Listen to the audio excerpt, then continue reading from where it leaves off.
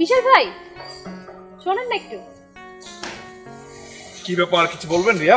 কোথায় যাচ্ছিলেন? এই তো সামনে যাচ্ছি, চা খাবো আর ইন্টারনেটের প্যাকিং। আসলে ইন্টারনেট তো হয়ে গেছে নিত্যদিনের খাবারের মতো, একবেলা বাদ দিলে কেমন যেন অস্থির লাগে, তাই না? অনেকটা সেরকমই। সারা পৃথিবীকে যে সংযোগ করে দিয়েছে তাকে তো একটু কদর করতেই হবে, তাই না? আজকাল তো ইন্টারনেট ছাড়া 2 দিনও চলা যাবে না, মনে হবে যে ছটফট করে সবাই মারা যাব। হ্যাঁ, আপনার সাথে সহমত পোষণ করছি। তবে আমার কাছে মনে হয় এটার ব্যবহারটা সঠিকভাবে করা উচিত। ইন্টারনেট আমাদের এই পৃথিবীটাকে যেমন হাতের মুঠোয় এনে দিয়েছে, ঠিক আমাদের সভ্যতাকে করেছে চলার পথে বেগবান। বাহ, খুব সুন্দর করে কথা বললেন তো আপনি। Thank you so much. আসলে আমার নিজেরই একটা আত্ম উপলব্ধি আছে। আমি সবসময় চিন্তা করি যতদিন বেঁচে থাকবো মানুষের চোখে সুন্দর হয়ে বেঁচে থাকবো। বাহ, চমৎকার তো। আমি impressed for your great thinking. আচ্ছা ভাই ভাই, আপনার বন্ধু কোথায়? অফিসে। কেন, আপনার সাথে কথা হয় না?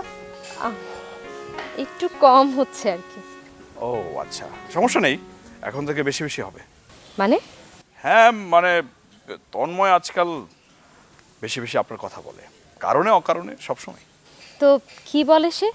সেটা আমার মুখে না শুনে তন্ময়ের মুখে শুনে নেবেন। সে তো আমার সাথে কথাই বলতে চায় না, চাকরি পাবার পর তার তো ভাব বেড়ে গেছে। দেখেন, আমার বন্ধু কিন্তু এরকম না, একেবারে দিল খোলা। তবে একটু চাপে আছে, কারণ বাড়ি থেকে প্রচুর বিয়ের চাপ আসছে তার কাছে। তাই নাকি? তো বিয়ের কথা শুনে সে কি বলে? দেখুন, সে কি বলে সেটা বড় কথা না, কারণ তন্ময় তার বাবা মাকে অনেক ভালোবাসে।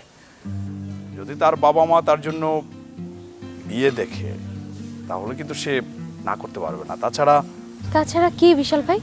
আমার জানা মতে তন্ময়ের কারোর সাথে কোনো সম্পর্ক নেই, সেই জন্য আমার বিশ্বাস ও তাড়াতাড়ি বিয়ের পিঁড়িতে বসতে যাচ্ছে। আসি, হ্যাঁ, আবার কথা হবে আপনার সাথে।